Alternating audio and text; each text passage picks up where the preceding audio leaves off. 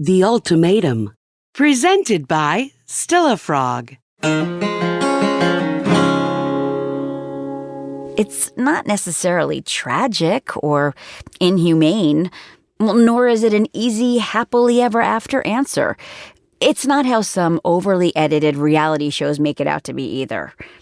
It's not as outrageous a custom as many people think. It's something in between, you could say. I'm talking about arranged marriages.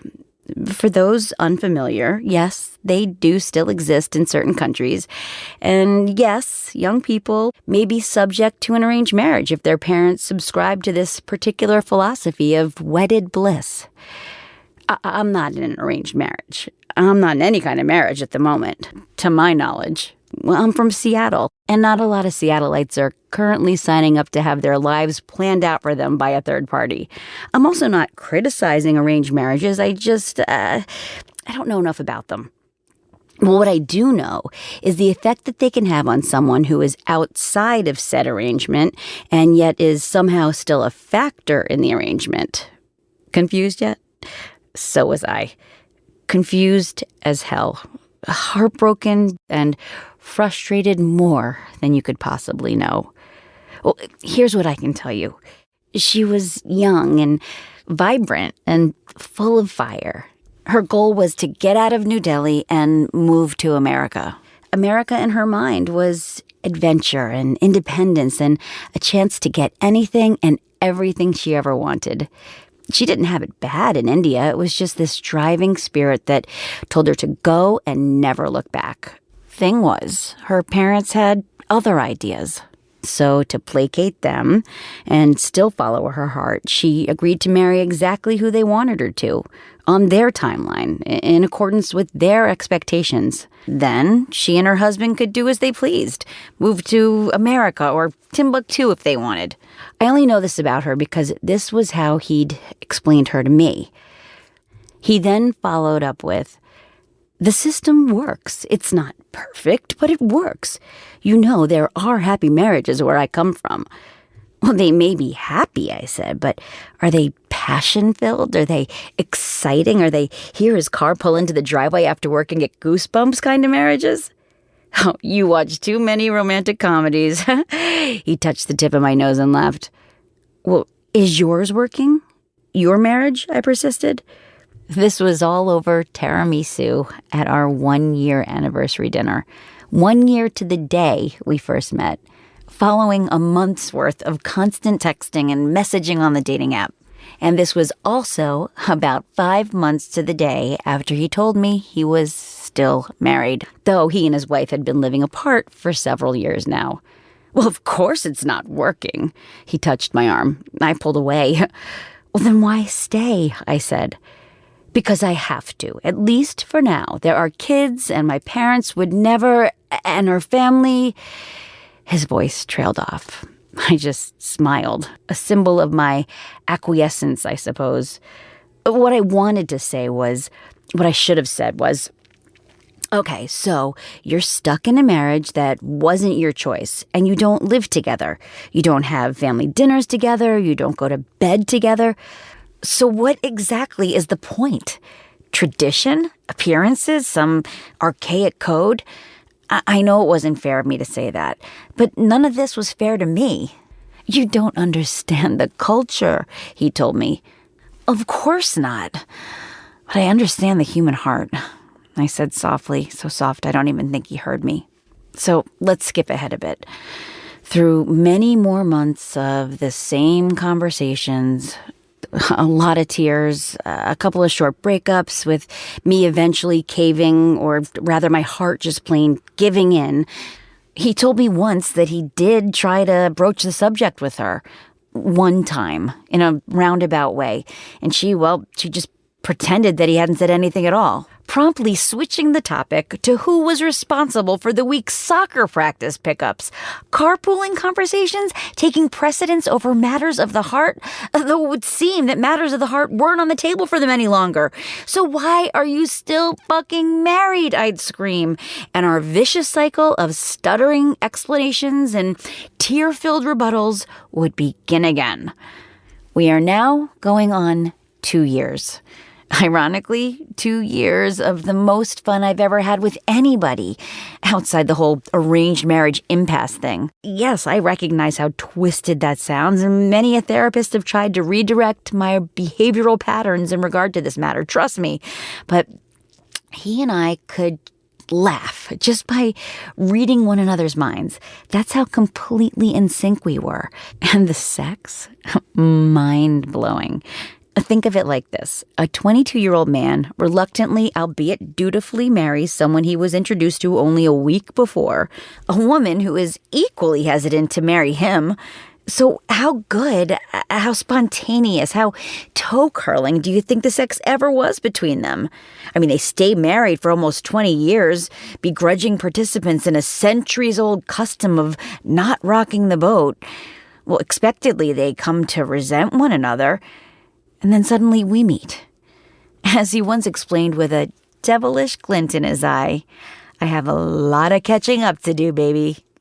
He'd surprised me for our upcoming 2-year anniversary. Okay, a laughable non-occasion given the circumstances. Nevertheless, we were going away. A cabin in the mountains, just like a real couple, finally. And yes, I know how pathetic that sounds, but he was smiling and ecstatic and scrolling through the Airbnb pics on his phone over and over again, and the hot tub, the 2-story family room with fireplace, the pool table, the king-size bed. It'll be us away from the world for a while, in paradise, he grinned. I wanted so badly to believe in it. The cabin certainly did live up to its online images. It felt as though the mountain belonged to only us. The first day into the first night was amazing. I actually did see us as an us. And then day 2, it was going great. He'd gotten up early to make me his super deluxe chocolate chip and walnut pancakes. We were in a bubble that could not be penetrated by work or responsibility or, most importantly, that call. The one that I knew was coming from her. Sure enough, that afternoon, it came. I must have manifested this, I thought. All of my worrying versus staying in the moment. All of my what will happen whens. I willed her to call. I willed it. We have to leave a little earlier than I expected, he announced following what looked to be a tense conversation. He was noticeably frustrated. Of course we do, I said. Don't start, he mumbled. Me? Don't start? This was supposed to be our getaway, our moment to just be together, without... But I didn't finish the sentence. There is never a without. Don't you get it? Never. There's a temporary pause, but someone is inevitably going to push the play button again, and then it's back to reality. This is what it is. Take it or leave it. His mood had switched on a dime. Happy, doting pancake chef to now a man who was mad at the world. I closed my eyes. I dreaded seeing the words that would come out of my mouth next. Then I'd leave it. Fine, if that's what you want. He started walking to the bedroom, presumably to pack, but suddenly turned around. Don't you understand? This is my culture. I don't have the luxury of choice here. It's not just a divorce. It's eons of tradition and expectation and duty. Duty to who? I said. Never mind. He waved me off. Just never mind.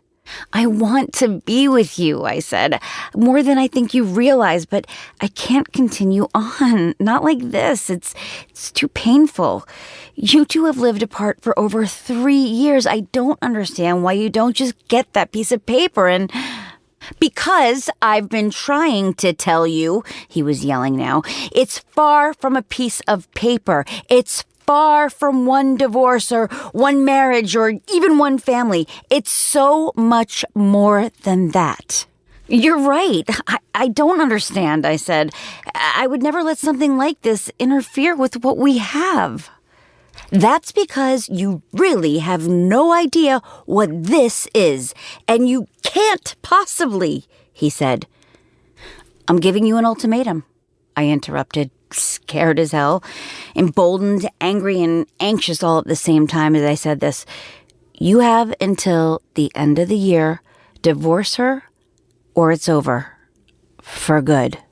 Do not give me an ultimatum, he shot back. My entire life is ultimatums. Marry her or don't marry anyone at all. Stay married to me or you will never see your kids again. Don't even think about asking for a divorce or I will take everything. My entire fucking life has been nothing more than a string of ultimatums.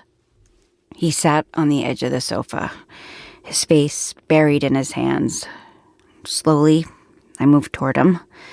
His shoulders were shaking. I touched his back. What are you thinking?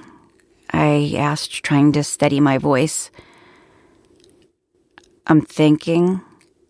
He looked into my eyes. This will not be worth the price. This? I questioned. You, me, us, this.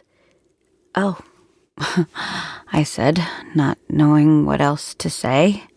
What else could I say? Someone had just knocked the wind out of me. I hadn't anticipated. I hadn't seen it. What an idiot. All this time, 2 years, and I never thought that it was about me. I only saw his circumstances as the barrier to an us. I imagined it had been just about him. What an idiot I was. I stammered, unsure how to fill this void. I guess I'll go and pack. I paused, then said, I never imagined this was ever about how much you loved me or didn't love me. He sat there, not saying a word. Well, hopefully they'll refund you for one night, I said awkwardly from within my utter daze. Yeah, hopefully. I want you to understand that there's just so much. And I don't know, he began as I headed toward the bedroom. It's okay. You don't need to say any more, I assured him, and I went to pack my suitcase.